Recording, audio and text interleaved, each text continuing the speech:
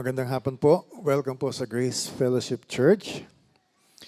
Ang GFC po ay isang simbahang may malayang pamumuno, binubuo ng kapatiran ng Ebanghelyo na may tipan ng pamumuhay sa isa't isa sa aming pagsamba sa Diyos, paglago kay Kristo at pagpapahayag ng kanyang pangalan sa kapangyarihan ng banal na Espiritu.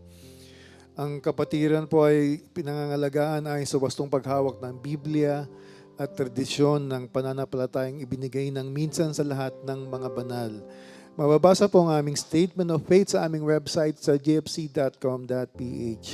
Kung kayo po ay aming bisita at may katanungan, mangyari pong lumapit po kayo dun sa aming pong reception table sa likod, sa tabi po ng entrance pagkatapos ng aming panambahan. At ikalulugod po namin sagutin kung ano man po yung inyong katanungan.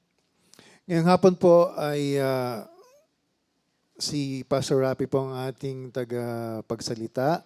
Siya po ay mangaral sa natitirang dalawang mensahe ng aklat ng mga ngaral. Ang pag-alala sa ating lumikha at ang kanyang katapatan ay nahayag sa kanyang nilikha. Ang panahon, araw, buwan at mga bituin ay nagpapatuloy sa kanilang mga kurso ng perpekto, maayos, tahimik, ginagabayan ng tapat na kamay ng Diyos, nang walang anumang tulong mula sa atin. Ang katapatan ng Diyos ay nahahayag din sa ating buhay. Pinatatawad niya ang lahat ng ating mga kasalanan, pinupuno tayo ng kanyang kapayapaan, tinitiyak niya ang kanyang presensya, binibigyan tayo ng lakas, pag-asa at mga pagpapala sa masyadong marami upang mabilang. Iniimbitahan ko po kayong tumayo at sabay-sabay po natin awitin ng kanyang katapatan at magbigay puri sa ating Panginoon.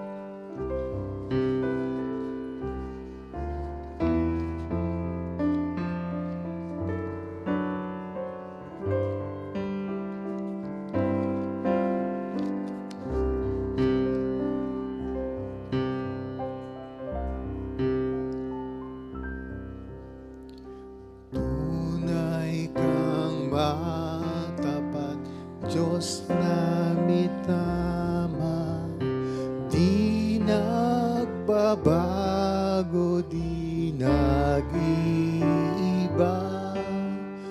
Mahapon, matahali, maumaga, sa buong panahon, matapat ka. Tunay kang matapat, tunay kang matapat, araw-araw aking namamalas ang iyong kabutihan walang bupas. Tunay kang matapat sa paglingaw.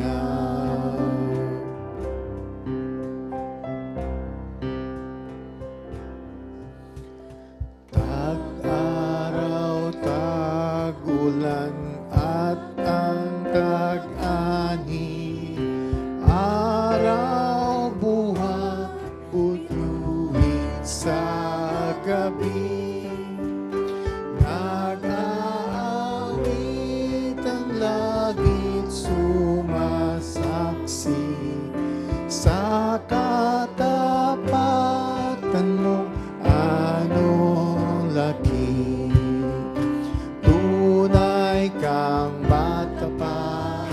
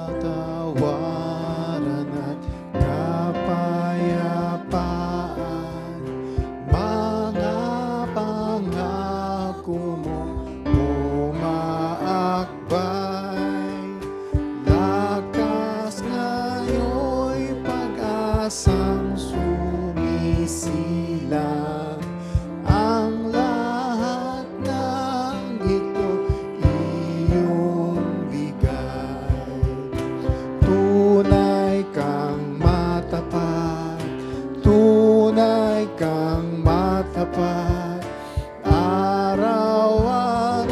aking namamalas. Ang iyong kabutihan walang kupas, tunay kang matapat sa paglinga. Tunay kang matapat, tunay kang matapat, araw-araw aking namamalas. Ang iyong kabutihang walang kupas, tunay kang matapat sa paglinga. Amen. Isang trahedya ang mamuhay ng walang kabuluhan dahil sa ating kabiguan na kilalanin ang dakilang lumikha. Ayon nga po sa Hebreo 3:15, kapag narinig ninyo ngayon ang tinig ng Diyos, huwag ninyong patigasin ang inyong mga puso. Ang ating pong susunod na himno ay nag-aanyaya sa makasalanan na lumapit at maging malaya. Awitin po natin, Jesus lumalapit.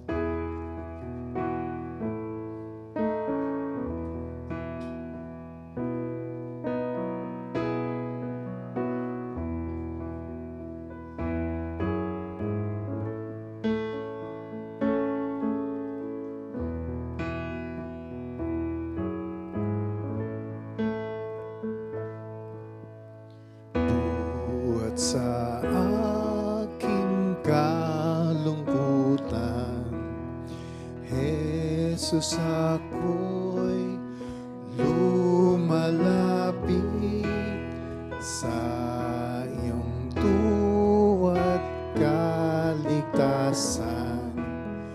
Ako'y lumalapit,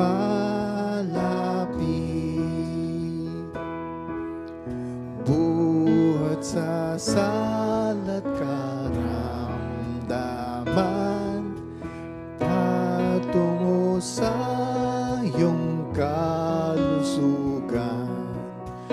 Buhat sa aking kasalanan, Jesus lumalapit.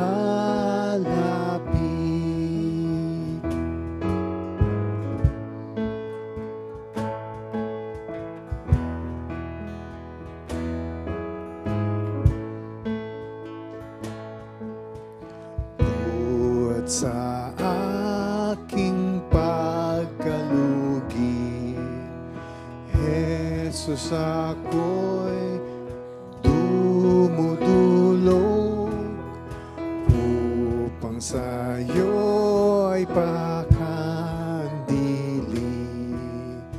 Ako'y dumudulog buhat sa gawaing marumi, patungo sa iyong sakdal buti. Umaawit ng pagpupuri, ako'y tumutulog.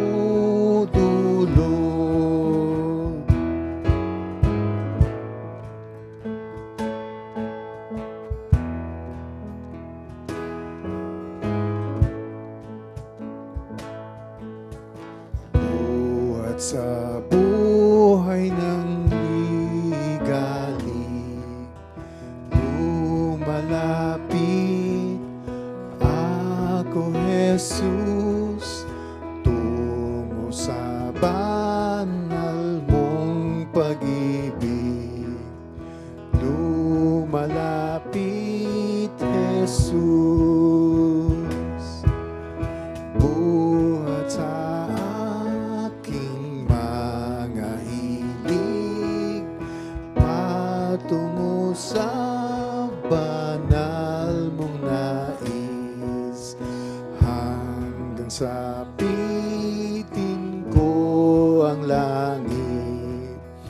lumalapit, Jesus.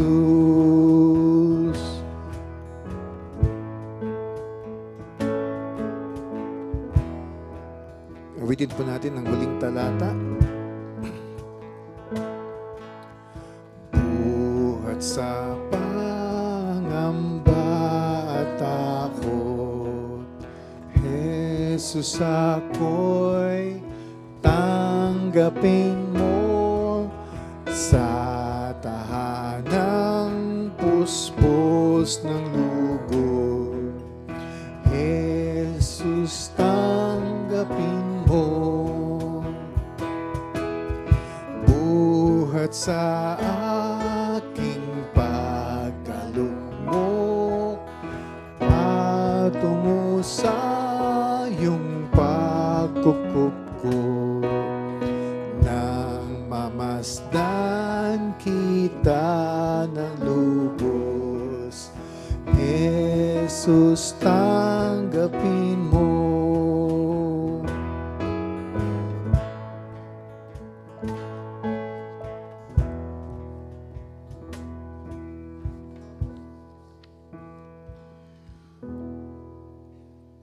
Lahat tayo ay hindi karapat-dapat sa importansya na binibigay sa atin ng Diyos.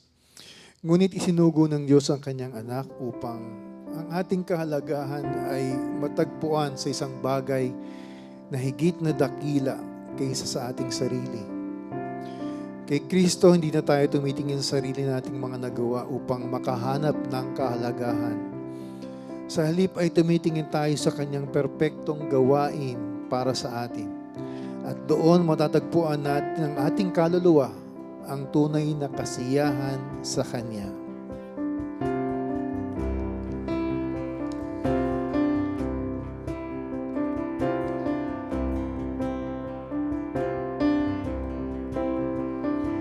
My worth is not in what I own, not in the strength of flesh and bone, but in the costly wounds of love at the cross.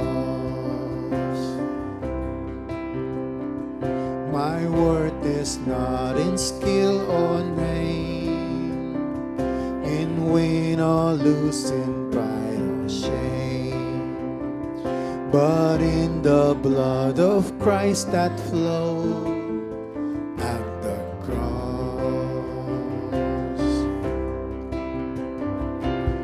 I rejoice in my Redeemer, greatest treasure, wellspring of my soul.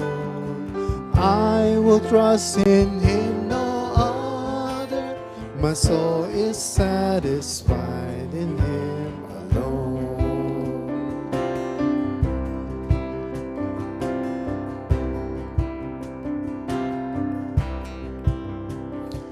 As summer flowers we fade and die, fame, youth, and beauty hurry by, but life eternal calls to us at the cross. I will not boast in wealth or might, or human wisdom's fleeting light, but I will boast in knowing Christ at the cross. I rejoice in my Redeemer, greatest treasure, wellspring of my soul. I will trust in Him, no other. My soul is satisfied in Him.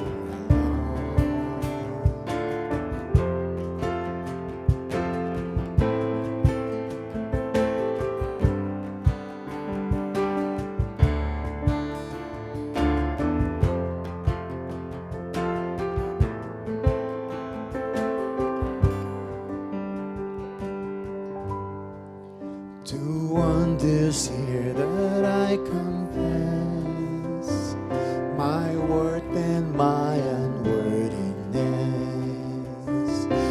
my value fixed, my ransom paid at the cross.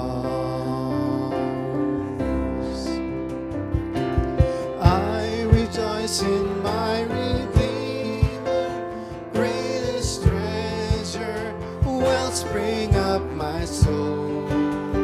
I will trust in Him, no other. My soul is satisfied in Him alone. I rejoice in my Redeemer, greatest treasure, wellspring of my soul. I will trust in Him, no other. My soul is satisfied in Him alone. My soul is satisfied in Him alone.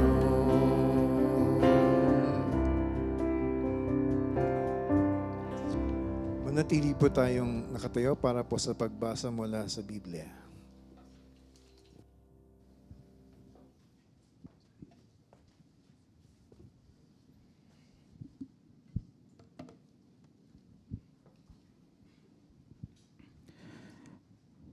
Awit 103, 14 hanggang 18.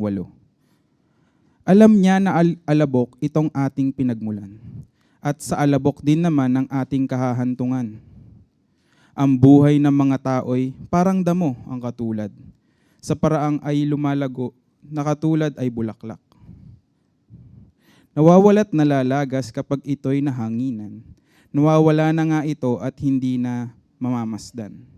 Ngunit ang pag-ibig ni Yahweh ay tunay na walang hanggan. Sa sino man na sa Kanya'y may takot at pagmamahal, ang matuwid niyang gawa ay wala ring katapusan.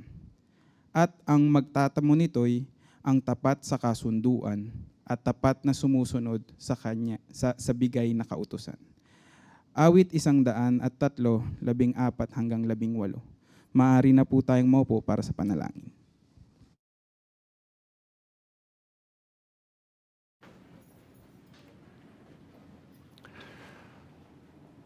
Tayo po ay manalangin.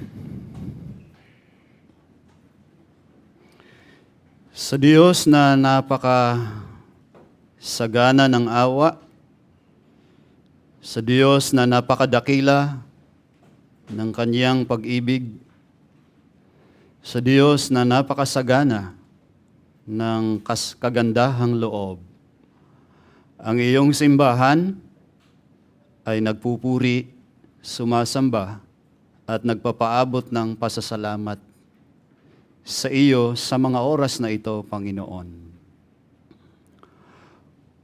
O Diyos, kami po ay nagpapasalamat sa ibinigay mong kagalakan at kagustuhan na maggayak at dumako sa lugar na ito upang ikaw ay luwalhatiin sa pamamagitan ng mga awitin at pagbibigay ng atensyon sa kung ano ang iyong napakahalagang sasabihin sa amin mula sa iyong sulat ng pag-ibig, ang Biblia.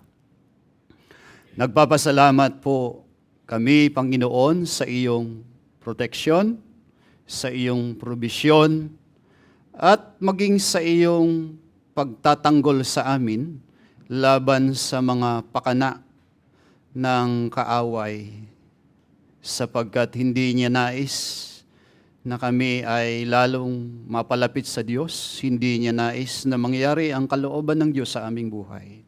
Subalit salamat sapagkat ang aming Panginoong Hesukristo ay nagtagumpay na. Salamat din sapagkat kami, O Diyos, ay nagtagumpay din dahil sa Kanya. Hindi man ganap pa, pero alam naming iyon ay tiyak. Alam naming ang Diyos ay totoo ang Kanyang sinasabi at ipinapangako sa Kanyang mga salita. Panginoon, sa pagtitipon na ito ng Grace Fellowship Church, ang iyong simbahan, kasama, Panginoon o Diyos, ang mga bagong imbita. Nawa ay kapwa kami hawakan at kontrolin ng banal na Espiritu. Biyayaan mo kami ng kagustuhan na pakinggan ng iyong mga salita. Biyayaan mo kami ng kaunawaan upang maunawaan namin ang mga kahulugan ng mga talata upang matanggap namin at maisabuhay agad ang mga katotohanan ng iyong sinasabi sa amin. Panginoon naming Diyos, gamitin mo ang pagtitipon na ito upang kami ay lumakas, upang maihanda ang aming mga sarili. Kululuubin mo na kami ay magpapatuloy sa buhay na ito sa susunod na panibagong linggo, ay pagpapatuloy namin, Panginoon, ang pagsunod at paglilingkod sa inyo. Pagpalain niyo ang pagtitipon na ito. Pagpalain niyo ang mga susunod pang mga gawain sa darating na isang buong linggo ng Grace Fellowship Church.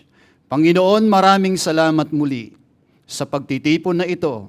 Lubusin mo ang aming kagalakan at maging kalakasan namin ang iyong mga salita. Maging kalakasan namin ang pagtitipon ng iyong simbahan. Salamat po ng marami sa pangalan ng aming Panginoong Hesukristo. Amen and amen.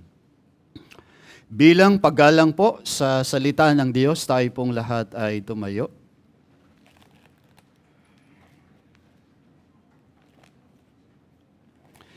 Malapit na ho kayong matapos dito sa aklat ng mga ngaral. Ngayon pong hapon ay babasahin ko po ang mga ngaral, kabanatang 12, mga talatang 1 hanggang 8. Ang salin po na babasahin ko ay mula sa Ang Biblia 2001. Verse 1. Alalahanin mo rin naman ang lumikha sa iyo sa mga araw ng iyong kabataan, bago dumating ang masamang araw at ang mga taon ay lumapit na iyong sasabihin, wala akong kasiyahan sa mga iyon. Bago ang araw, liwanag, buwan at ang mga bituin ay magdilim at ang mga ulap ay magsibalik pagkatapos ng ulan. Sa araw na ang mga tagapag-ingat ng bahay ay manginig at ang malalakas na lalaki ay mapayukod at ang mga mangingiling ay tumigil sapagkat sila'y kakaunti at ang mga dumudungaw sa mga bintana ay madidiliman. At ang mga pintuan sa mga lansangan ay sasarhan kapag ang tunog ng paggiling ay mahina at ang isang tao'y babangon sa huni ng ibon at lahat ng mga anak na babae ng awitin ay mapababa. Sila man ay matatakot sa mataas at ang mga kakilakilabot ay nasa daan at ang puno ng almendro ay mamumulaklak at ang balang ay maging pasan at ang pagnanais ay mabigo sapagkat ang tao ay nagtutungo sa kanyang walang hanggang tahanan at ang mga nagluluksa ay gumagala sa mga lansangan. Bago ang panaling pilak ay mapatid, o ang mangkok na ginto ay mabasag, o ang banga ay mabasag sa bukal, o ang gulong ay masira sa balon. At ang alabok ay bumalik sa lupa na gaya ng una, at ang espiritu ay bumalik sa Diyos na nagbigay nito. Walang kabuluhan ng mga walang kabuluhan, sabi ng mga ngaral. Lahat ay walang kabuluhan. Pagpalain ng Diyos ang kanyang mga salita, makakaupo na po tayong lahat. Ako'y nagagalak muli na kayo ay makasama sa hapon po na ito. At sa lahat po ng mga nanay dito, Belated Happy Mother's Day po. Hindi ko kayo nabati nung mga nakaraan eh. Yan. So, ang pamagat po ng mensahe ay responsableng pamumuhay. Ang CP po na ito ay nagpapalawak ng mga ideya na ipinakilala po ni Solomon mula pa doon sa Kabanatang 11, talatang 7 hanggang 10 sa pamamagitan ng pagtutok sa pagsulong ng pagtanda at kamatayan. Yan. Ang mga ideyang ito ay ang sukdulang pagkabigo, ang example o halimbawa ng kawalan ng katiyakan na maaari nating maranasan. Sapagkat ang karamihan sa mga interpreter ay binibigyan kahulugan ang tula na sumusunod bilang isang alegorya na naglalarawan sa katandaan. Yan, tingnan mo nga yung katabi mo. So, kami ni Kuya Ronnie, bata pa. So, mayroong iba pang mga interpretasyon tulad ng parehong literal at maging simbolikal. Ang ilan po ay naniniwala na ang tula na ito ay isang paglalarawan ng araw ng taglamig bilang isang metaphor ng katandaan. Dama ko na nga eh. Pakiramdam ko, matanda na rin ako. So, itinuturing din ito ng iba bilang naglalarawan sa reaksyon ng isang individual na sa isang nakakatakot na bagyo. Ang iba naman, iniintindi ito bilang isang figura ng isang nasira na bahay na kumakatawan sa kabiguan ng pagsisikap ng tao. Ang iba ay naniniwala na ginagamit nito ang pagkabulok ng isang bahay upang ilarawan yung kamatayan and of course yung kahinaan ng tao.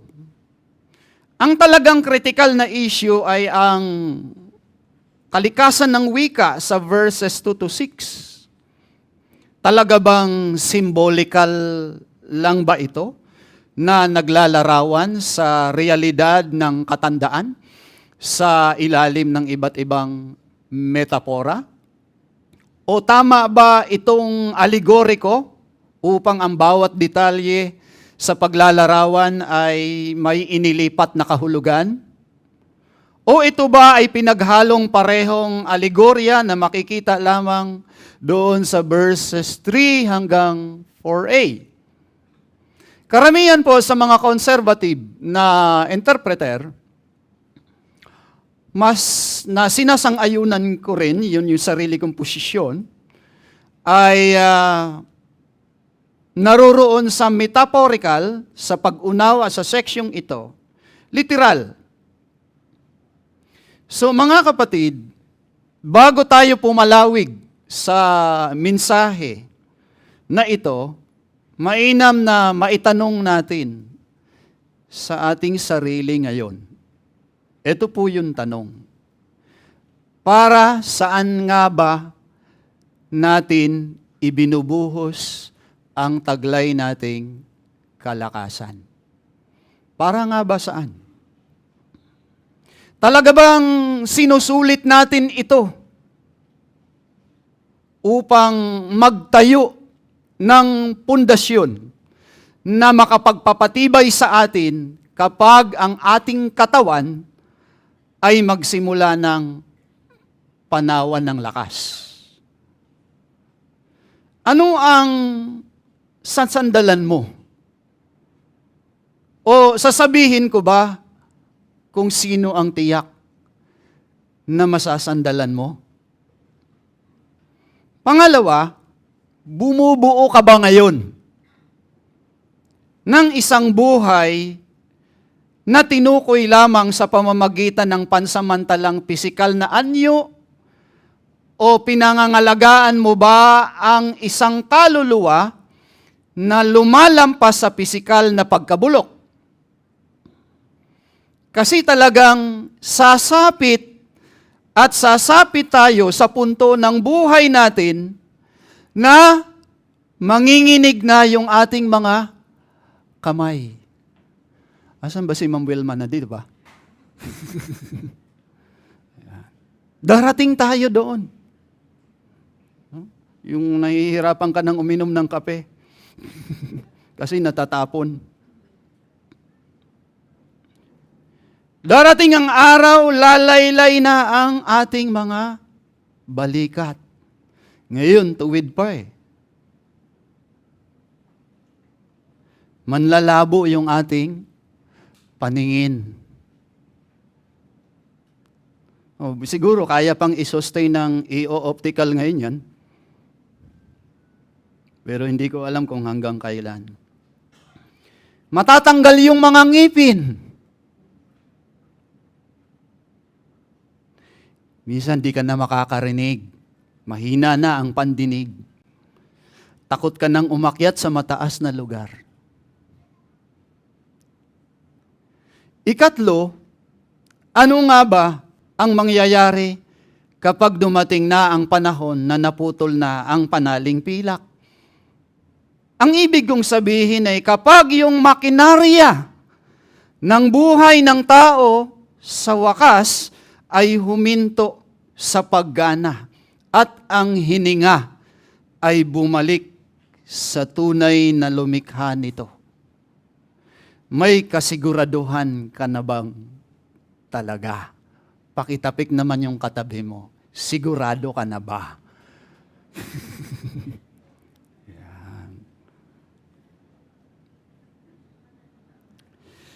Walang hanggang kabiguan ba o walang hanggang kapayapaan? Tingnan natin kung ano ang gustong ipahiwatig sa atin ng Diyos sa 8 mga talata na ito. Unang punto, pagtuunan ang kinakailangan. Verse 1. Alalahanin mo rin naman ang lumikha sa iyo sa mga araw ng iyong kabataan, bago dumating ang masamang araw at ang mga taon ay lumapit, na iyong sasabihin, wala akong kasiyahan sa mga iyon. Ano po ibig sabihin ng mga ngaral sa Kabanatang 12, talatang 1? Muli mga kapatid, nagsimula po si Solomon sa isang malinaw na pahayag ng kanyang punto. At pagkatapos ay nagpatuloy siyang patunayan at ilarawan ang katotohanan dito sa mga sumunod na talata. Ang salita pong alalahanin o pwedeng sa ibang salin ay tandaan, ay nangangahulugan na mamuhay sa iyong buhay sa kung ano ang iyong nalalaman tungkol sa Diyos.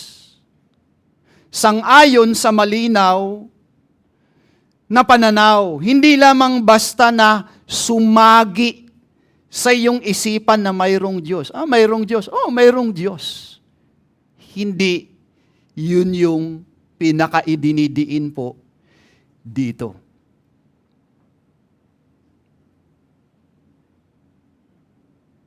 Sabi nga sa mga ngaral 12:13, ito ang wakas ng bagay. Lahat ay narinig. Matakot ka sa Diyos. Sundin mo ang kanyang mga utos, sapagkat ito ang buong katungkulan ng tao. Uulitin ko po. Matakot ka sa Diyos, sundin mo ang kanyang mga utos, sapagkat ito ang buong katungkulan ng tao. Samantala ang lumikha o manlilikha ay tumutukoy sa Diyos bilang ang isang pinakamakapangyarihang persona na kung saan tayo ay may magsusulit sa Kanya. Yamang tayo ay Kanyang nilikha at Siya ang nagbigay buhay.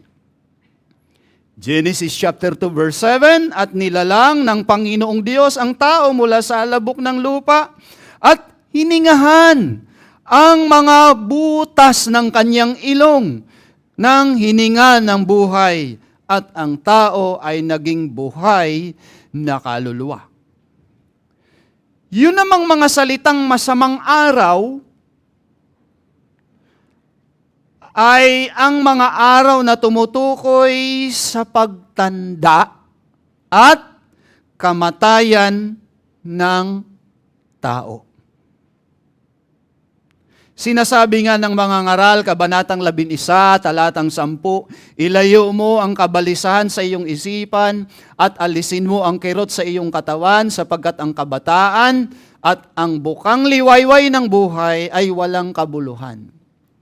Ibig sabihin po, tamasain ang buhay at palayain ang hindi kinakailangang stress, pagkabalisa, at kung ano-anong mga kalokohan sa panahon ng kabataan, dahil ang kabataan ay panandalian at mabilis na lumilipas. Kaya hinikayat ni Solomon na isaalang-alang ang pasimula. Ang tinutukoy niya ay ang Diyos na manlilikha. At ang wakas na tumutukoy naman sa sinabing ang masamang araw ng buhay.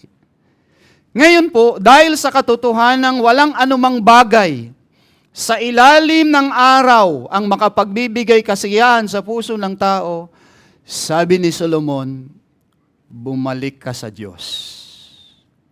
Sabi ni Solomon, bumalik ka sa Diyos. Tapikin mo uli yung katabi mo. Nakabalik ka na nga ba?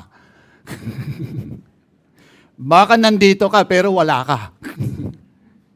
Yan. O baka sabi nung kanta, namamalik mata ka lang. Ngayon, kung ikaw po ay Kristiyano, at sinasabi mo, sigurado ka, nakabalik na ako sa Panginoon, eto po gustong ipahiwatig sa atin itong verse 1. Magtiwala ka sa Diyos na Siya ang maging sentro ng bawat kapasyahan mo sa buhay na ito. Ang gawaing alalahanin ng Diyos na manlilikha ay nangangahulugan, higit pa sa pag-alam na may Diyos. Nangangahulugan ito ng pagkilala sa Kanyang otoridad bilang may likha sa pamamagitan ng paghahanay sa pang-araw-araw na buhay, sa iyong karera sa buhay, at mga relasyon sa Kanyang kalooban. Sa halip na mag-aksaya ng lakas sa pansamantala, panandaliang kasiyahang inaalok ng sanlibutan na ito, kung nabiyayaan ka ng pribilehiyong maglingkod sa Kanya, nabiyayaan tayo ng pribilehiyong pagsilbihan Siya, maglingkod tayo habang malakas pa. Gamitin natin ang lakas ng ating kabataan upang maglingkod sa Diyos, lalo na sa ikakikilala ng iba kay Kristo, bago dumating ang hindi maiiwasang panghihina, dala ng katandaan at anumang maaaring nagpapahirap sa pisikal na pagsunod at paglilingkod. Alam mo, natutuwa ako dun sa mga golden ladies. Parang hindi sila mga senior. Nagpaplano ng evangelistic quarterly, nagpaplano ng susunod na follow-up. Sana yung mga bata-bata pa dito at mas malakas, mas marami kayong magagawa. Mas mabilis ang inyong mga utak Mas marami tayong pwedeng gawin sa Panginoon. Huwag nyo nang hintayin yung, tsaka na lang ako, Brother Ronnie, magsiserve kapag nag-retire na ako. Baka hindi ka umabot doon. Kung hindi ka pa mananampalataya, ito naman ang gustong ipahiwatig ng verse 1. Tumugon ka sa panawagan sa iyo na magbalik ka kay Kristo kasi hindi ka pa mananampalataya eh. Tumugon ka. Ngayon, bago man dumating ang iyong katandaan at ang katiyakan ng kamatayan. Sapagkat ang bawat nasayang na araw, nawala ang Diyos sa buhay mo, nawala si Kristo sa buhay mo, ay isang buhay na nawala sa walang kabuluhan lamang. At ang tinutungo ay tiyak na lalalapit na paghuhukom. Tandaan po natin, kahit wala ka pang relasyon sa Diyos ngayon, kahit wala ka pang relasyon kay Kristo ngayon, hawak pa rin ng Diyos ang buhay mo. Hahatulan ka niya sa lahat ng ginawa mo. Kaya sa pangalan ng Panginoong Hesukristo, huwag ka nang magpatumpik-tumpik pa. Pag may pagkakataong bumalik ka, ngayon na. Prinsipyo. Maging pangunahin sa buhay ang layunin ng Diyos. Maging pangunahin sa buhay ang layunin ng Diyos. Huwag kalilimutan ang ibig sabihin ng alalahanin ang iyong manlilikha ay mamuhay sa araw-araw na may mataas na kamalayan sa otoridad ng Diyos sa halip na aksayahin ang buhay sa walang kabuluhang mga gawain. Ang hamon, ano ang isang pang-araw-araw na ugali na maaari kong simulan ngayon upang alalahanin ang otoridad ng Diyos sa aking buhay? Ano ang isang pang-araw-araw na ugali na maaari kong simulan ngayon upang alalahanin ang otoridad ng Diyos sa aking buhay? Punta po tayo sa pangalawang punto. Paghandaan ang pagdating ng katandaan. Ayun na.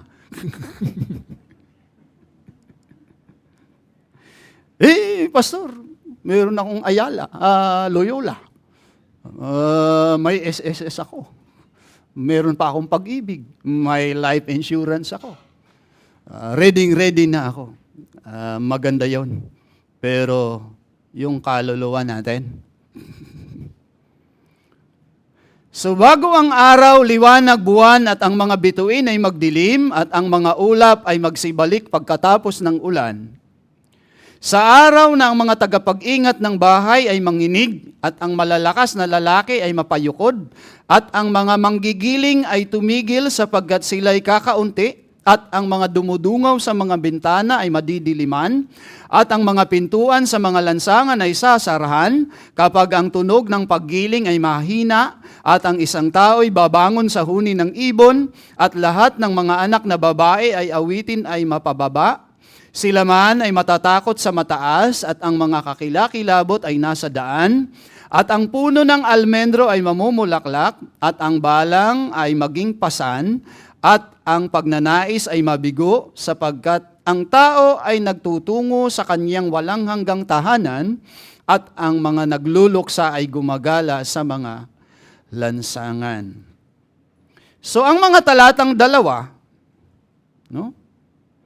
Actually, hanggang 7 ay puno ng mga pananalita na naglalarawan ng katandaan at kamatayan. Naniniwala ang ilang mga interpreter na inilalarawan ng manunulat ang proseso ng pagtanda. Ang iba ay naniniwala na ang kamatayan ay ang diin. Marahil ang katandaan na humahantong sa kamatayan ay ang pinakamahusay na pag-intindi dito. Simulan natin sa verse 2. Bago ang araw, liwanag, buwan, at ang mga bituin ay magdilim, at ang mga ulap ay magsibalik pagkatapos ng ulan. Ano po ang ibig sabihin ng Kabanatang 12, talatang 2? Iniaalin tulad po ni Solomon ang masasamang araw muna sa isang paparating na bagyo na nakakatakot at walang katiyakan. Sabi nga ni Solomon sa nakaraang kabanata, chapter 11, verses 7 to 8, ang liwanag ay mainam at maganda sa mga mata na masdan ng araw, sapagkat kung ang tao ay mabuhay ng maraming taon, magalak siya sa lahat ng iyon. Ngunit, alalahanin niya na ang mga araw ng kadiliman ay magiging marami. Lahat ng dumarating ay walang kabuluhan. Itinuturing po ng mga Hebreo ang anumang pagbaba sa mahalagang enerhiya ng isang tao bilang isang sinyales na ang kamatayan ay nagsisimula nang magsimula ng kumatok. Ayan, pag medyo natanggal na yung mga ngipin mo, yung buhok mo ay pumuputi na, tapos dumadami na yung dito. Ayan. So, ibig sabihin kumakatok na. Ayan. Pastor, tinatakot mo naman kami. Hindi po. Kung totoo tayong Krisyano, mas mabuti doon. Walang brown out. Okay. So, bumabagsak yung energy ng isang tao, senyales na ang kamatayan na nagsisimula ng kumatok. Ibig kong gamiting halimbawa ang katotohanan na ito tungkol doon sa karanasan mismo nung tatay ni Solomon. Yan. Balikan natin yung unang hari, chapter 1, verses 1 to 4. Si Haring David ay matanda na at mahaba na rin ang buhay at kahit kanilang lagyan siya ng mga kumot, siya'y hindi naiinitan. Nilalamig na si David. So, kailangan na ng init ng katawan. Kaya sinabi ng mga lingkod niya sa kanya, ihanap ang aking Panginoong Hari ng isang dalaga at maglingkod siya sa harap ng hari at kanyang alagaan siya at mahiga siya sa iyong kandungan upang ang aking Panginoong Hari ay mainitan. Lilinawin ko lang mamaya ha. Baka mamaya mayroon ditong nilalamig na. Sasabi, Haji, kumuha ka nga ng magyayakap sa akin dahil malamig na. Kailangan ko ng... Huwag po yun ha. Masama po yun. Kung hindi talaga kayo makapagtiis, edi magpakasal po kayo. Kakasal kayo ni Kuya George, ni Pastor George. Yan. So, kaya't kanilang inihanap siya ng isang magandang dalaga sa buong nasasakupan ng Israel. At natagpuan si Abisag na Sunamita. At dinala siya sa hari. Ang dalaga ay napakaganda at siya ang naging tagapag-alaga ng hari at naglingkod sa kanya. Ngunit hindi siya nakilala ng hari. So ang punto ko ba, bakit kinuha ko yung talata na ito ay ibig sabihin si David tumatanda na. Talagang kahit yung hindi na niya ramdam, no? Yung kailangan niya ng init sa kanyang katawan. Kaya kinakailangan nanginginig, no? Kinakailangan siya ay balutan, no? Ano po ang gustong ipahiwatig dito sa mga mananampalatayang Krisyano? Mabuhay na palaging nasa isip ang pagsapit ng wakas. Anytime pwedeng dumating yun eh. Kahit ako'y nakatayo dito.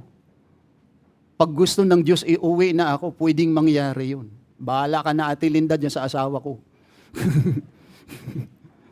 So, mabuhay na palaging nasa isip ang pagsapit ng wakas. Okay? Minsan, nag-work kami ni Sir EJ noong unang bahagi ng aming church planting. At ang work ko po ay nasa office 7 to 5. Then, 5 onwards, church. Yan. Pero may isang bagay kaming trabaho na bigla kang tatawagan,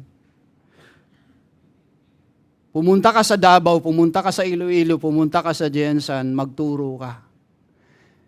So, ang sistema, pag galing mo sa office, gagawa ka pa sa church, pagkatapos, maggagaya ka na, kasi alas 12 ng gabi, kailangan nasa airport ka. Then tomorrow, pagkatapos mo magturo, babalik ka uli. Na-develop sa isip ko na pag aalis ako ay hindi na dapat umasa ang aking pamilya na ako'y babalik. Ganun po yun. Kaya early January, Mama sa Pano, tumulak ako patungong Mindanao at dinaanan ko lahat yun. Ang daming checkpoint. Daming checkpoint kung ano pinaggagawa sa akin eh. Kala mo, ang laki-laki ng katawan ko eh. Pinadapa kami doon sa may damuhan. Ayan, ini-interview kung saan ka, sino ka, yan. No? Tagal. No? Sabi ko, tama nga yung nasa utak ko. Pag umalis ako lagi, hindi na ako umaasang babalik pa. Na-develop sa isip ko na palaging nasa isip ang pagsapit ng wakas. Anytime, pwedeng bumiyahe. So, ang panlilin lang ng malalim na kaugnayan sa Diyos ng maaga ay naghahanda sa atin para sa pagsapit ng madilim na mga araw, tulad ng mga hamon, karamdaman, at pagtanda. Kung hindi ka pa mananampalataya ngayon, etong gustong ipahiwatig sa iyo nitong verse 2. Huwag maghintay hanggang sa wala kang madamang kasiyahan sa buhay upang hanapin ang iyong Panginoon at Diyos na tagapagligtas. Huwag mong hintayin hanggang sa wala ka ng madamang kasiyahan sa buhay upang hanapin ang iyong Panginoon at tagapagligtas. Napakalaki ng pagkakataon mo ngayon kung hindi ka pa nagbabalik loob kay Kristo. Bumalik ka. Prinsipyo, mabuhay ng may makadiyos na layunin ngayon.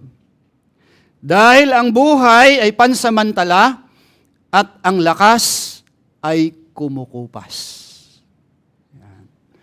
Mabuhay ng may makadiyos na layunin ngayon dahil ang buhay ay pansamantala at ang lakas ay kumukupas. Ang hamon, inaantala ko ba? Dinidelay ko ba ang aking espiritual na buhay sa pag-aakalang mayroon pa akong bukas upang magseryoso? Tanong natin kapatid sa sarili natin. No? Kaya pag niyaya ka ni Brother Christian mag-Bible study, niyaya kayo sa gawaing pagtuturo ng salita sa mga kalalakihan o sa mga kababayan, wag mo na i-delay. Simulan mo na ngayon. Kasi baka mamaya o bukas, wala nang pagkakataon para magseryoso pa. Verse 3. Sa araw na ang mga tagapag-ingat ng bahay ay manginig at ang malalakas na lalaki ay mapayukod at ang magigiling ay tumigil sapagkat sila'y kakaunti at ang mga dumudungaw sa maging bintana ay madidiliman. Dito sa verse 3, yung bahay po ay malamang na isang figure of speech. para sa naninirahan sa isang bahay, isang tao. Yung mga bantay ng bahay ay malamang na tumutukoy doon sa mga braso at kamay. At ang malalakas na lalaki sa mga binti. Ang mga gilingan naman ay marahil ang mga ngipin at yung mga tumitingin sa bintana ay ang mga mata. Anong gustong sabihin nito kung Kristyano ka? Samantalahin ang makapaglingkod sa Diyos ng buong sigla habang bata pa at malakas bago ang pagbaba ng pisikal na mga limitasyon dala ng pagtanda na nagpapahirap sa pagpapanatili ng aktibong devotion at paglilingkod sa Diyos. Kaya habang bata ka pa, magpa-registered ka na doon, sumama ka sa camp. Marami kang matututunan doon. Kung hindi ka pa mananampalataya, itong gustong niyang ipahiwatig dito. Kung babaliwalain mo ngayon ang iyong manlilikha, haharapin mo ang kahungkagan ng iyong mga desisyon kapag wala ka ng lakas para tamasain ang buhay o oras upang magbalik loob sa Diyos. Kung babalawalain mo ngayon ang iyong manlilikha, haharapin mo ang kahungkagan ng iyong mga desisyon kapag wala ka ng lakas para tamasahin ang buhay o oras upang magbalik loob sa Diyos. In principle, huwag mong sayangin ang iyong sigla sa mga panandaliang kasiyahan. Sa halip, ialay mo ang iyong lakas sa Diyos habang hindi ka pa iniiwan nito. Huwag mong sayangin ang iyong sigla sa mga panandaliang kasiyahan. Sa halip, ialay mo ang iyong lakas sa Diyos habang hindi ka pa iniiwan nito. Ang hamon, ano ba ang larawan ng wala ng kasiyahan sa buhay? At paano ko ito maiiwasan ngayon? Oo nga naman. Paano ka pa magtuturo sa Sunday School kung naka-wheelchair ka na at hindi ka na makarinig ng salita ng Diyos? Hindi ka na makapagbasa. So bago dumating ang araw na iyon, gawin mo na ngayon yung mga dapat mong gawin. Hanggat nakakabiyahe ka pa. Hanggat nakakapag-church ka pa. Darating ang araw, di ka na makakapag-church. Bakit ko sinasabi yun? Meron doon sa pagsanghan na isang 123 years old na church. Yun yung pinagpapastoran ko ngayon. Yan. Ginugol nila yung panahon nila sa paglilingkod habang bata pa sila, dumating na yung time. Kahit sa bahay, hindi na sila makalabas. Pero at least, narinig nila yung gospel. Tinanggap nila si Kristo sa buhay nila bilang Panginoon tagapagligtas. Nagtiwala sila sa natapos na ginawa ni Kristo sa krus. Nagsilbi sila sa Panginoon ng mga Panginoon. At tingin ko wala silang pinagsisihan sa kanilang pagpanaw. Verse 4, at ang mga pintuan sa mga lansangan ay sasarhan kapag ang tunog ng paggiling ay mahina at ang isang tao ay babangon sa huni ng ibon at ang lahat ng mga anak na babae ng awitin ay mapababa. Anong ibig sabihin ng verse 4? Ang mga pintuan sa kalye o sa lansangan ay marahil ang mga labi na nakasara dahil sa kawalan ng ngipin sa bibig. Ang gilingan, ang isa pang pananaw ay sila ang mga tainga. Binabanggit ng manunulat ang kawalan ng kakayahan ng matatanda na makatulog ng mahimbing. Gayon din ang pagkawala ng pandinig. Yan. So ano na? Nakakatulog pa ba kayo ng 8 hours? Yan. Naririnig mo pa ba yung I love you ng asawa mo? Yan. Anong gustong ipahiwatig sa mga mananampalatayang Kristiyano nitong verse 4?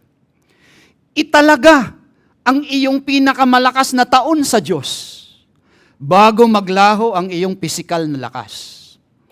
Talas ng isip at motibasyon sa pagtanda. Wala, darating at darating tayo sa punto na yun, na kahit yung katabi mo, di mo na siya kilala.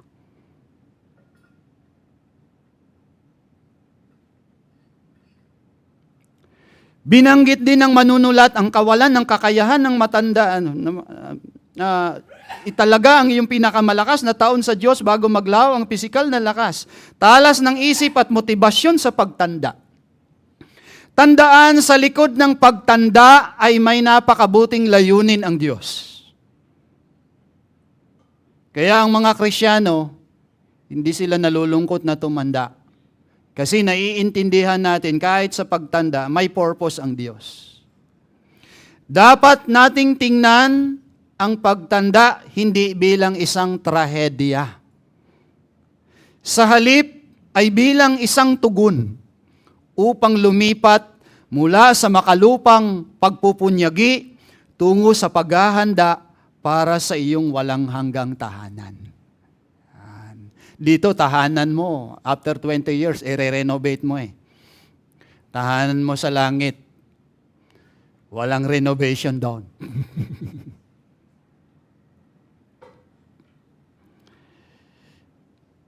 Nais ipahiwatig nito sa mga hindi mananampalatayang Kristiyano pa ngayon, huwag magpatumpik-tumpik sa pagtugon sa panawagan ng Diyos. Ang iyong mga pagkakataon sa buhay at pisikal na kapasidad ay nabubulok patungo sa isang tahimik at walang laman na wakas.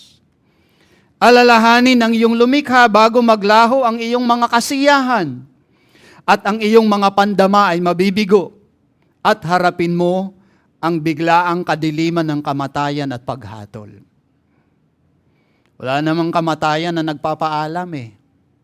Pero matagal ka na niyang nire-remind. Matagal ka na niyang nire-remind. Yung pagsakit ng bukong-bukong mo, yung pagputi ng buhok mo, nabawasan na yung ngipin mo, dami ng wrinkles mo. Yan.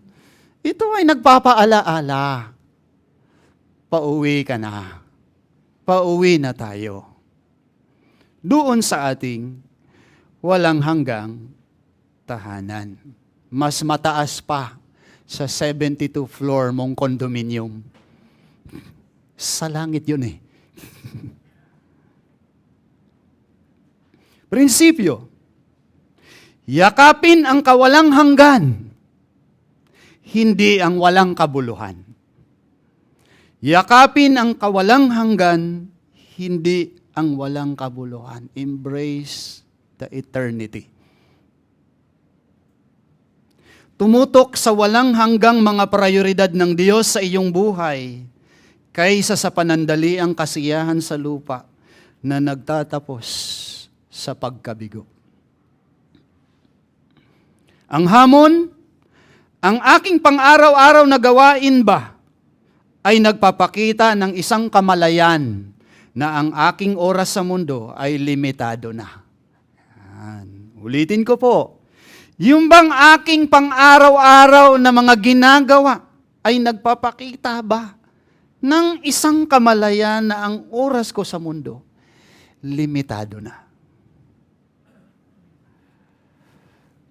Verse 5, sila man ay matatakot sa mataas at ang mga kakilakilabot ay nasa daan at ang mga puno ng almendro ay mamumulaklak at ang balang ay maging pasan at ang pagnanais ay mabigo, sapagkat ang tao ay nagtutungo sa kanyang walang hanggang tahanan at ang mga nagluluksa ay gumagala sa mga lansangan.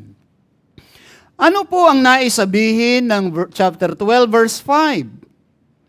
Ang mga matatandang individual ay nagiging mas natatakot sa matataas na lugar.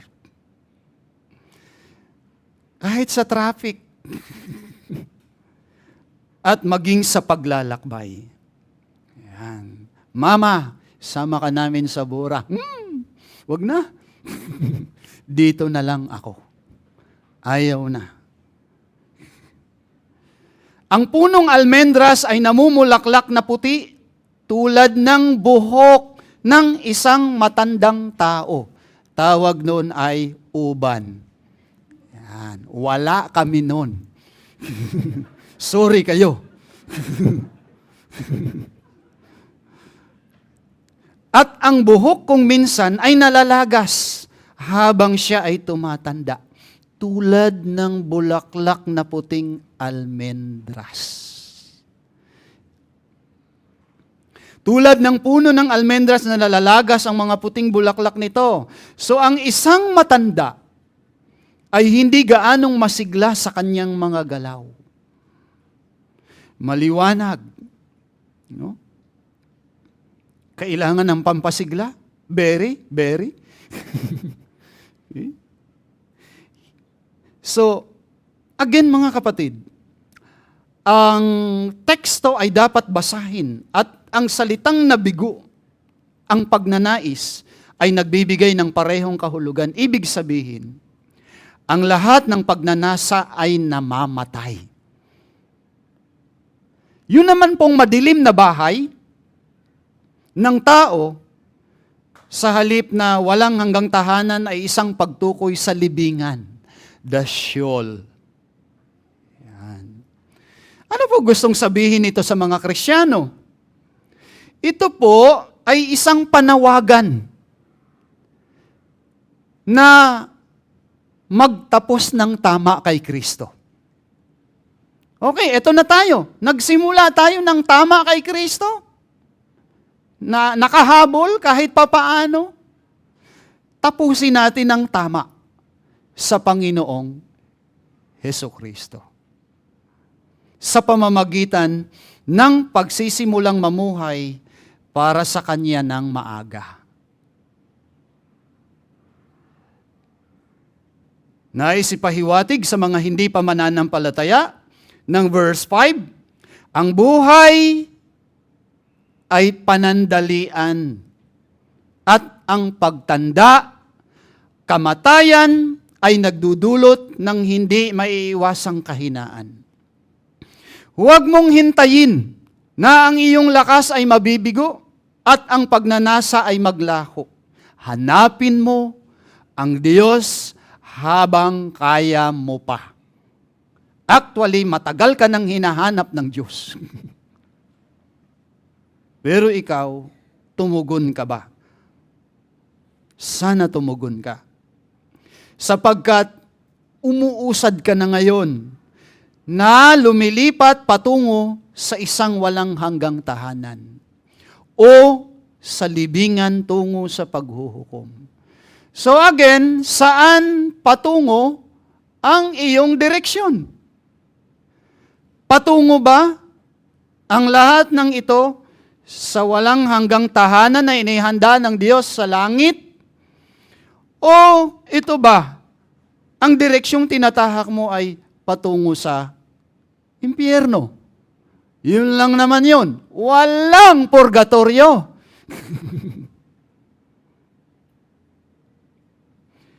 Prinsipyo, mamuhunan sa iyong espiritual na buhay habang ikaw ay bata pa.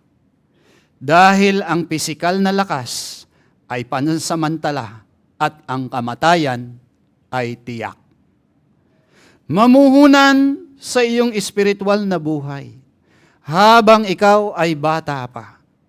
Dahil ang pisikal na lakas ay pansamantala at ang kamatayan ay tiyak.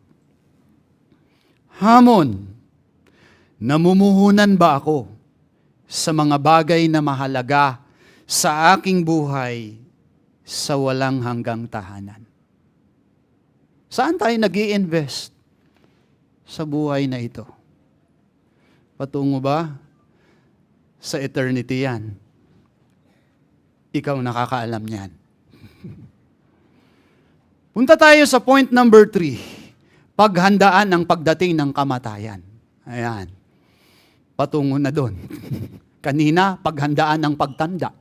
Ngayon na, paghandaan ng pambihira naman, pastor. Sa dami namang paghahandaan, kamatayan pa. Again, mga kapatid, kung mayroon ka mang pinakamagandang paghahanda at pinaghandaan, ito yun. Ito yun. Dahil ito po ay pangwalang hanggan. Bago ang panaling pilak ay mapatid, o ang mangkok na ginto ay mabasag, o ang banga ay mabasag sa bukal, o ang gulong ay masira sa balon, at ang alabok ay bumalik sa lupa na gaya ng una, at ang espiritu ay bumalik sa Diyos na nagbigay nito. Anong ibig sabihin ng chapter 12 verse 6? Yung pong panaling pilak, silver cord, ay maaaring kumakatawan sa buhay ng isang tao. Ito ay nasisira kapag ang isang tao ay namatay. Yung pong gininto ang mangkok, ay maaari ring kumakatawan sa buhay din ng isang tao. At ang pagdurog nito ay maaaring isang magkatulad na sanggunian sa kamatayan. Gayon din ang pitsil ay maaaring tumukoy sa katawan ng isang tao. No? Ang ginamit po yata diyan, banga. Yan. So, ang pitsil o banga ay maaaring tumukoy sa katawan ng isang tao na nagtataglay ng tubig, buhay, mula sa nagbibigay na bukal, ang pinagmulan at tagapagtaguyod ng buhay. Ang kamatayan ay inilalarawan bilang ang pagkabasag ng banga na yun. Samantala, ang gulong sa balon ay durog, ay nagpapahayag ng pareho ding kaisipan. Ang isa pang pananaw ay inilalarawan ni Solomon ang katapusan ng buhay. Una, bilang ang pagpatay ng isang liwanag, yung pong gintong mangkok, ay isang mangkok na naglalaman ng apoy, isang larawan ng buhay. Kapag naputol ang silver cord na nakahawak dito, ang mangkok ay posibleng bumagsak sa sahig at ang ilaw, yung tinutukoy na buhay, ay namatay. Sa parehong interpretasyong ito, at ang dating isang ginto at pilak ay nagpapahayag ng malaking halaga ng buhay. Ang mga salita ay nagbibigay sa atin ng isang larawan ng wasak na kagamitan, kasama ang gulong habang sila ay bumagsak sa lumang balon. Kaya't ang tao ay nasira at nahulog din sa isang hukay. Bagamat ang unang bahagi ng talatang ito, mga kapatid, ay malamang na nagbibigay diin sa halaga o kahalagahan ng buhay, ang ikalawang bahagi ay nagbibigay diin sa pagiging marupok nito. Ang banga o pitsil ay maaaring putik. Ang gulong na ginamit sa pag-igib ng tubig mula sa isang balon ay napakakaraniwan. Ang isa pang interpretasyon ay nauunawaan ang silver cord upang kumatawan sa spinal cord, ang golden bowl, ang utak, ang pitsil, ang puso, at ang will, ang circulatory system. Ang paglalarawan ng katandaan at ng kamatayan ay inihanda. Hindi upang ipakita kung gaano kawalang kabuluhan ng buhay. Sa halip, ay upang ipakita ang pangangailangan na magmadali upang alalahanin ang lumikha bago mahuli ang lahat. Anong gustong ipahiwatig ng verses 6-7 sa mga tunay na Kristiyano? Mamuhay araw-araw sa isang estado ng espiritual na kahandaan. Alam natin na ang pisikal na katawan ay pansamantala, bumabalik sa alabok. At malapit na tayong tumayo sa harap ng manlilikha upang magbigay sulit. Kung hindi ka pa mananampalatayang Kristiyano ngayon, etong gustong sabihin, ang kamatayan ay hindi maibabalik. Kapag ang panaling pilak o buhay ay naputol, ang pagkakataong magsisi ay natapos na. Wala na. Tapos na. Kaya ito yung pagkakataong magsisi. Ito yung pagkakataon, bitawan yung mga gawain, ugali at pamumuhay na wala naman kinalaman, walang kaugnayan sa layunin ng Diyos. Prinsipyo, mamuhay ng maagap at may makadiyos na layunin ngayon dahil ang buhay ay marupok at ang kamatayan ay hindi maiiwasan. Ang hamon ngayon, nabubuhay ba ako ngayon na may pagkaunawa na ang oras ko para parangalan ang Diyos ay limitado na? Ayan. Nabubuhay ba ako ngayon na may pagkaunawa na ang oras ko para parangalan ng Diyos ay limitado na? Punta tayo sa verse 7. At ang alabok ay bumalik sa lupa na gaya ng una, at ang espiritu ay bumalik sa Diyos na nagbigay nito. Anong ibig sabihin ng chapter 12 verse 7? Inilalarawan ng talatang ito ang pagbaliktad ng proseso kung saan orihinal na nilikha ng Diyos ang tao in Genesis 2:7. Ang tao ay isang kakaibang uri ng nilalang, isang sinag ng langit na pinagsama sa isang umbok ng lupa. Sa kamatayan, ang mga ito ay magkakahiwalay at ang bawat isa ay pupunta sa lugar kung saan ito nanggaling. Ito ay nagsasalita tungkol sa pagpapatuloy ng pag-iral para sa espiritu sa kabila ng kabiguan ng laman.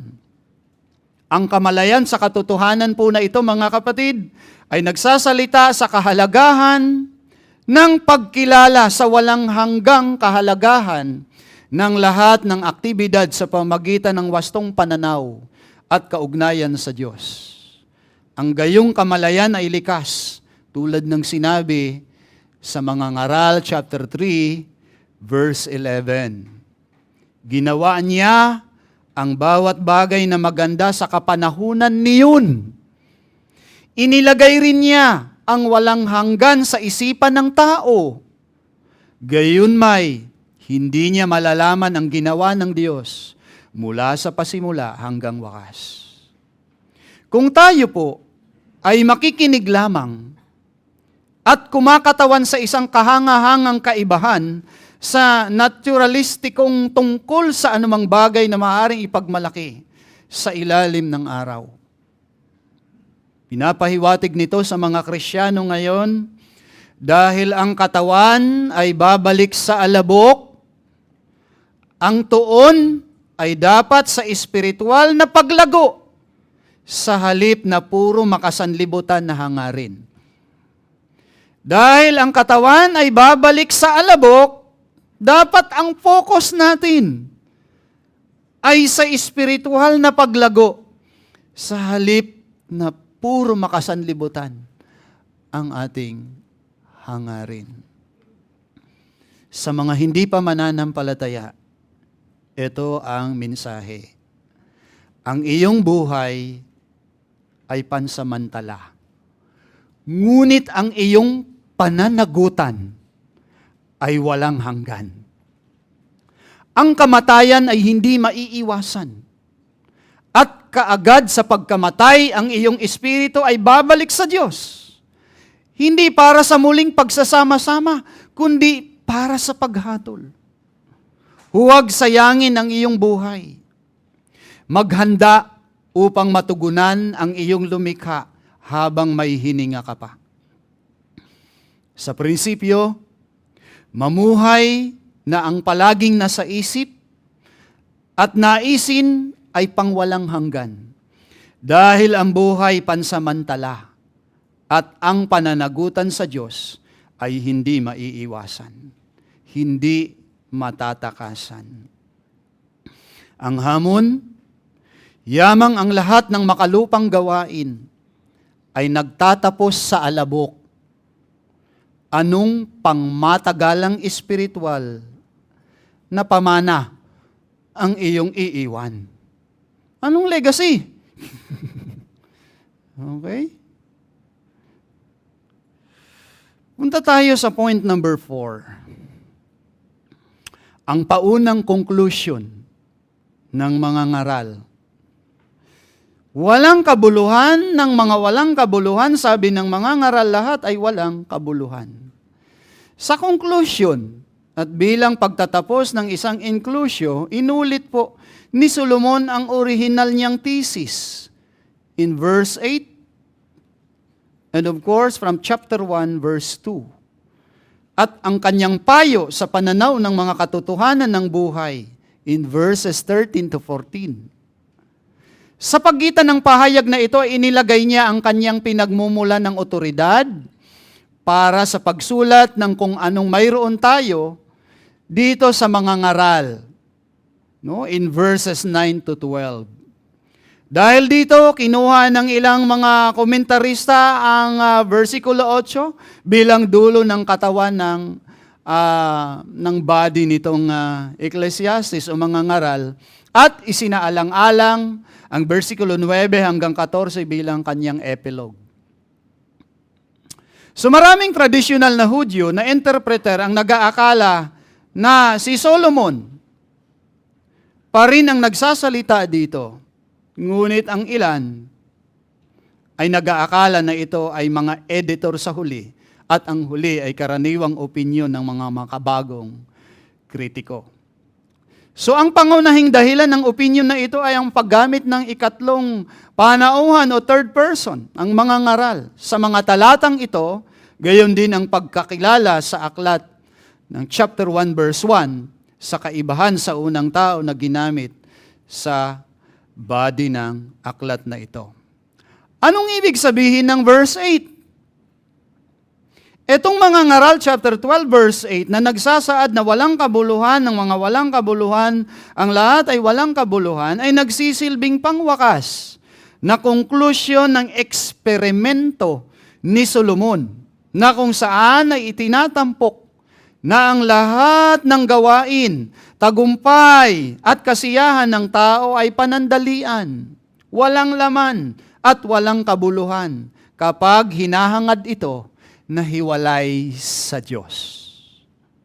Binibigyan din ito na ang buhay sa lupa, kabilang ang pagtanda at kamatayan ay panandalian. Kaya nga ang sabi niya ay tulad ng isang singaw na ginagawang walang laman ang buhay na nakatuon lamang sa ilalim ng araw. Sinasalamin nito ang pangbungad sa kabanatang 1 talatang 2 na nagpapatunay na pagkatapos suriin ang karunungan, kayamanan at kasiyahan, nahanap ng mga ngaral ang mga ito na pansamantala at hindi katuparan sa tunay na buhay. Samantala ang salitang ang kahulugan ng walang kabuluhan, hevel, ay tumutukoy sa singaw, hininga, usok, nagsasaad ng mga bagay na temporary o panandalian, hindi maintindihan o hindi nababasa. Ang kaibahan dito, bagamat ang buhay ay tila walang saysay, ang talata ay nagsisilbing isang tugon para sa pinakahuling konklusyon ng chapter 12 verses 13 to 14.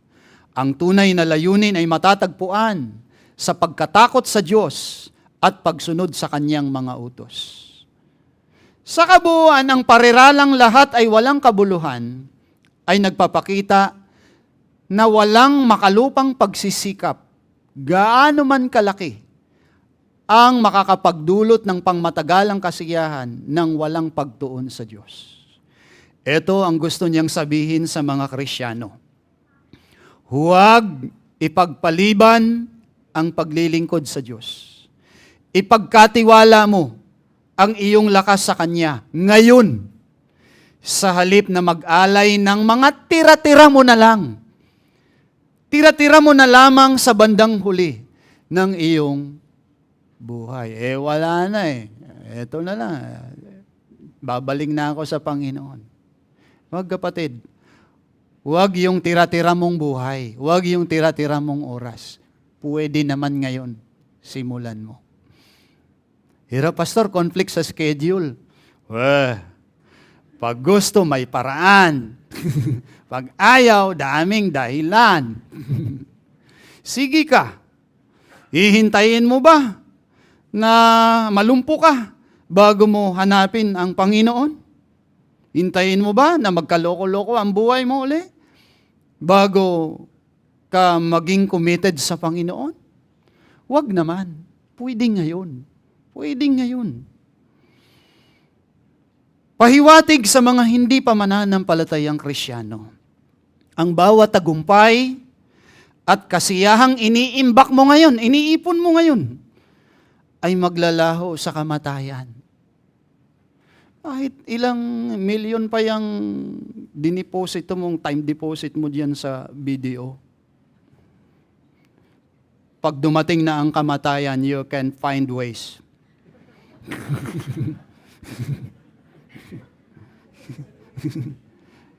Iiwan ang iyong kaluluwa na walang halaga at wasak kung hindi ka natatakot sa Diyos. Kung wala si Jesucristo, ang iyong buhay ay hevel. Hininga, singaw. Sa huli, walang kabuluhan at panandalian at ang pinakasukdulan ay walang hanggang kapahamakan. Ang pangit pala nung identity natin pag walang Kristo sa buhay nyo. Singaw. No? Pangit. Di maganda. So kaya bumalik ka sa Panginoong Jesus. Prinsipyo, ang buhay na hiwalay sa Diyos ay matutulad sa isang panandaliang singaw. Yun nga.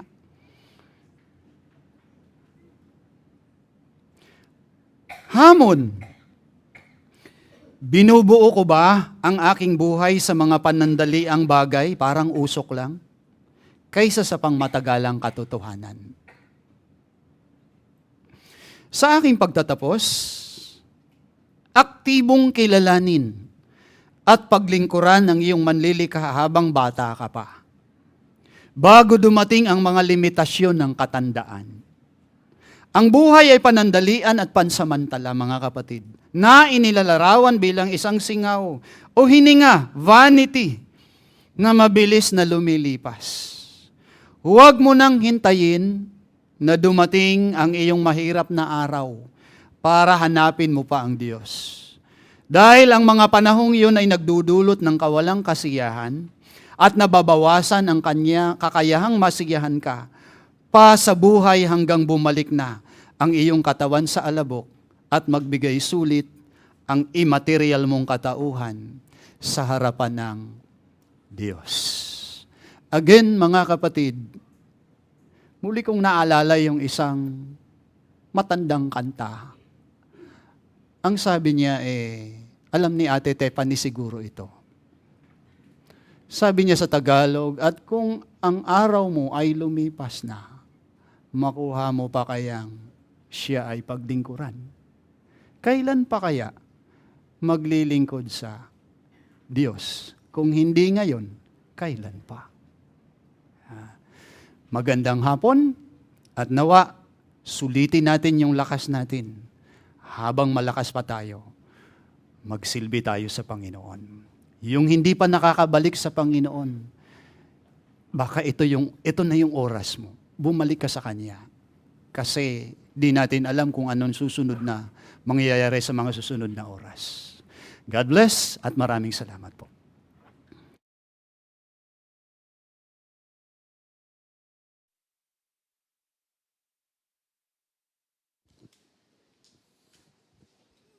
Bihira po may pumapalakpak pagkatapos ng mensahe. It's either natakot po sila o na-bless. Sa huli, ang ating mga pagsisikap ay walang kabuluhan kung hiwalay sa Panginoon. Kaya nga, mga kabataan at para sa ating lahat, unahin natin ang kaharian ng Diyos kaysa sa pansamantalang mga gawain dito sa lupa. Ang lahat ng kahulugan, pag-asa at kaluwalhatian ay kay Kristo lamang ang ating hari. Tayo po ay tumayo.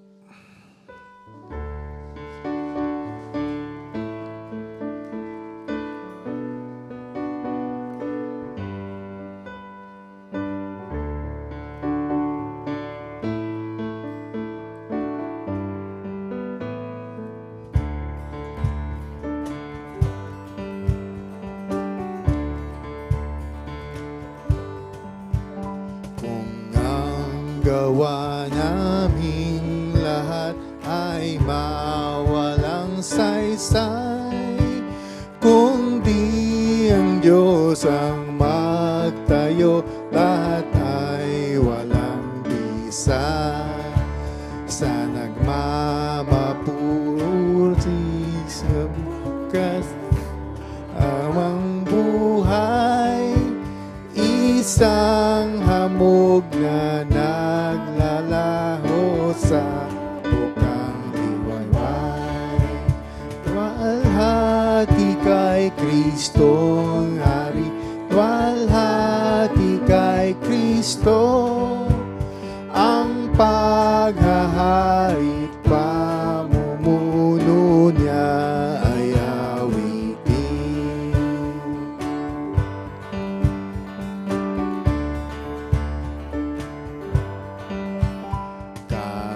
Kalooban mo'y maganap sa lupa't sa langit, purihin kang aming pagkain sa araw-araw.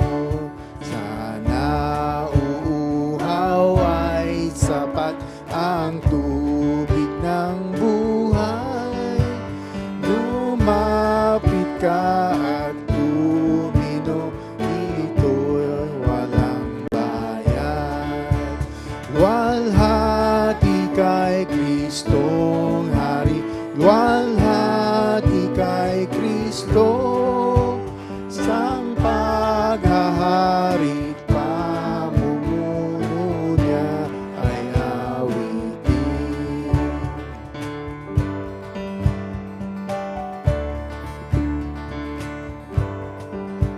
Sa itinakdang araw ay dating siyang dakila, korderong tagapagligtas, babaguhin niyang lahat. Sa atin siya'y mananahan at magiging ilaw. Tayo'y magiging bayan niya magpakailanpaman. Luwalhati kay Kristong Hari, luwalhati kay Kristo, ang paghahari pamumuno niya ay awitin. Luwalhati kay Kristong Hari, luwalhati kay Kristo, ang paghahari pamumuno niya ay awitin.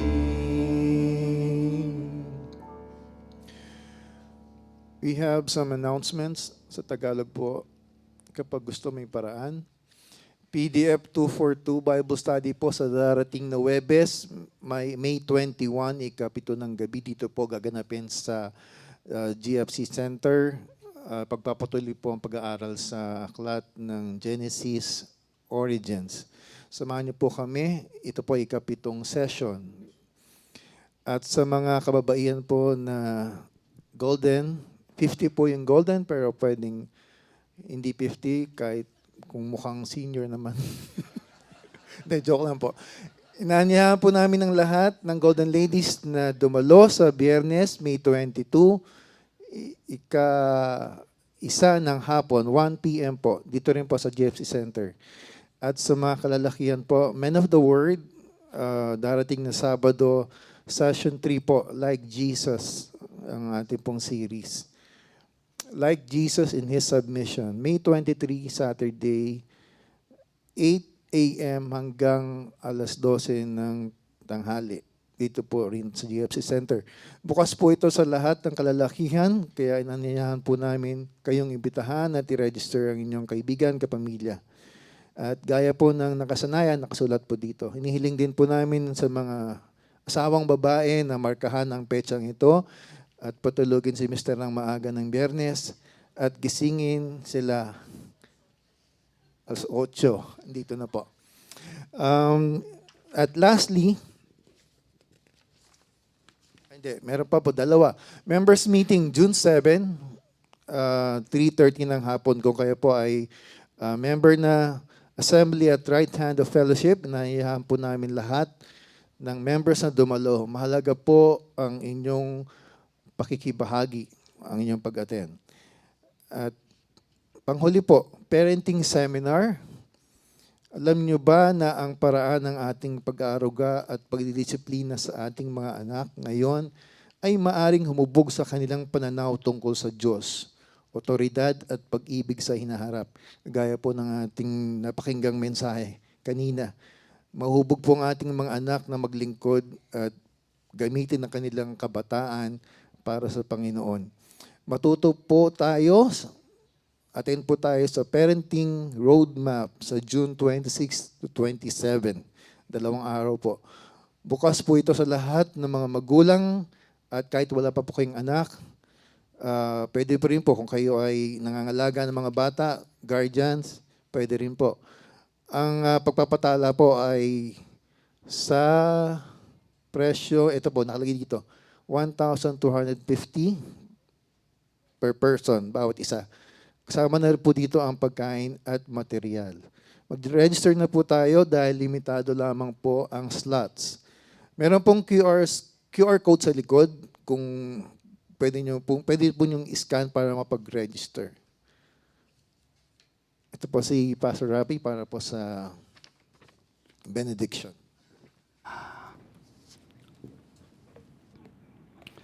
Tayo po ay manalangin. Maraming salamat, Panginoon, sa iyong pangungusap sa amin. And napakaraming dapat gawin. Ngayon ay bigyan niyo ng kalakasan ang bawat kabilang sa simbahang ito upang patuloy na maisagawa nila ang kanilang mga gampanin ng may buong kaayusan at ikaw lamang ang maluwalhati.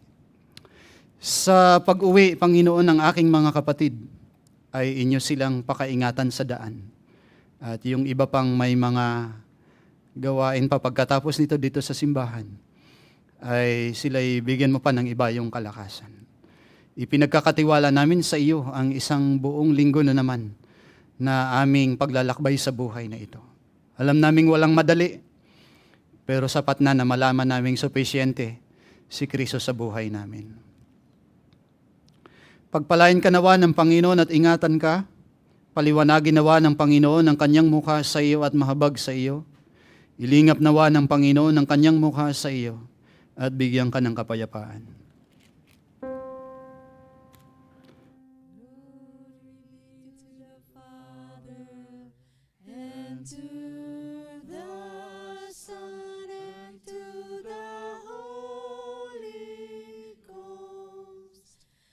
It was in the beginning, is now and ever shall be. World without end. Amen.